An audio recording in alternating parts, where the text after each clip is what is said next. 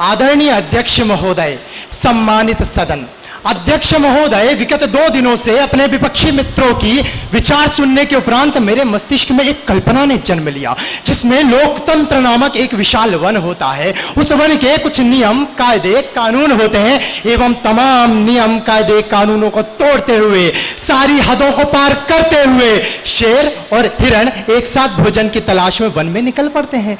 एकाएक शेर को उसका भोजन नजर आता है, शेर अपना भोजन ग्रहण करता है और स्वतः ही हिरण का पेट भी भर जाता है।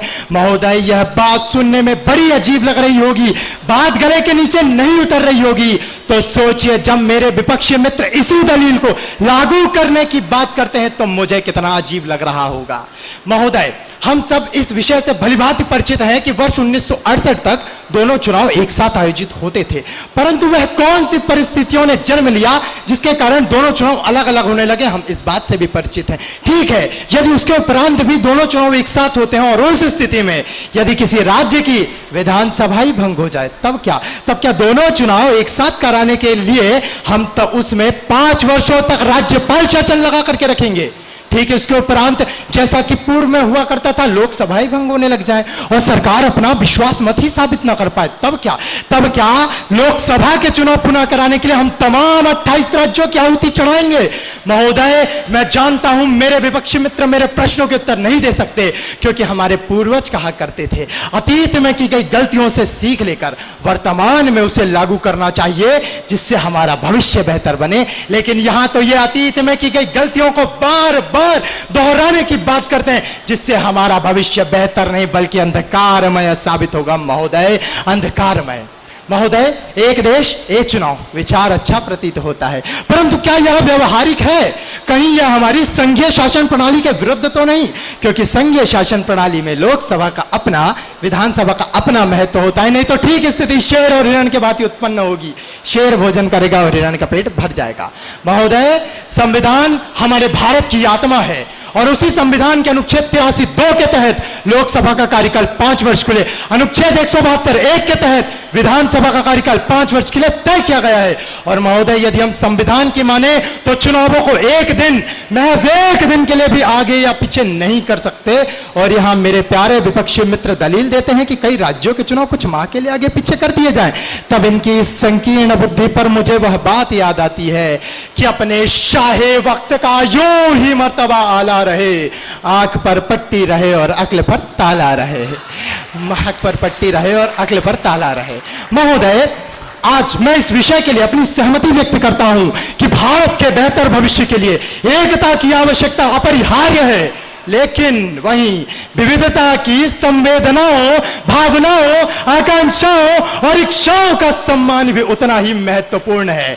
महोदय, एक देश एक चुनाव का विचार बाहर से जितना भी मनोरंजक और आत्मरंजक प्रतीत हो रहा हो, लेकिन वह अंदर से आइडिया ऑफ इंडिया, भारत की संकल्पना के विचार के विरुद्ध खड़ा होता है। और इसी कारण मैं आज इस विषय के विपक्ष में खड़े होने पर मजबूर हो जाता हूं। महोदय, आज इस विषय के विश्लेषण करते समय मैंने सोचा कि एक देश की बात तो यथार्थता से अधिक निकट है, लेकिन एक चुनाव का विचार ठीक बीरबल की उसी खिचड़ी के समान प्रतीत होती है जो कि बनने के लिए तो चढ़ जाती है परंतु कभी बन नहीं पाती। महोदय, एक देश का विचार तो भारत की बेहतरी का आधार ही है, लेकिन एक चुनाव का विचार थोड़ा विवादास्पद और विचारहीन संकल्पना प्रतीत होती है। महोदय, हमारा भारत देश जिसकी नींव में मॉन्टेस्क्यू द्वारा दिए गए शक्ति पृथक्कीकरण के सिद्धांतों के बीज डले हैं, जिसके आधार में गांधी द्वारा दिए गए विकेंद्रीकरण के विचारों का सार है, जो एकता होते हुए भी विविधताओं के प्रति सर्वसमावेशी चरित्र को अपनाता है, जिसका बृहद भौगोलिक स्वरूप भाषा, जाति, धर्म, नस्ल, मतों और संप्रदायों की एक सनातन विपरीतता को पैदा कर देता है।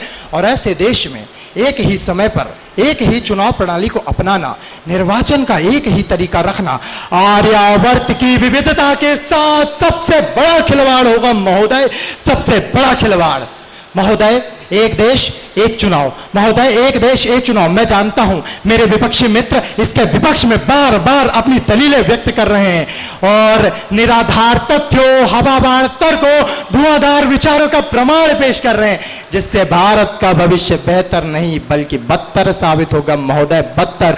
और यदि इन्हीं उदाहरणों से भारत का भविष्य बेहतर होता तो मैं इनसे पूछना चाहता हूं, क्या पिछले 70 वर्षों में हमारी कार्यपालिका, हमारी व्यवस्थापिका, हमारी न्यायपालिका सो रही थी, जो वो अब तक ये निर्णय नहीं ले पाई कि एक देश के उपसर्ग पर एक चुनाव का प्रत्यय लगा दिया जाए?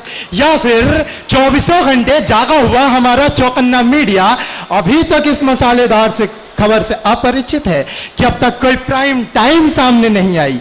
महोदय, आएगी भी कैसे जब विषय का पक्ष ही निराधार हो। और इसी कारण मैं आज इस विषय के विपक्ष में खड़ा होता हूं। अंततः अपनी वाणी को विराम देते हुए इतना ही कहना चाहूंगा, मेरे खुदा मैं अपने ख्यालों का क्या करूं, मेरे खुदा मैं अपने ख्यालों का क्या करूं, अंधों के इस शहर में उजालों का क्या करूं। मैं जानता हूं, हाँ मैं जानता हूं कि सोचना अब एक जुर्म है, लेकिन दिल में उठते हुए इन सवालों का क्या करूं, इन सवालों का क्या करूं। जय हिंद, जय भारत, वंदे मातरम।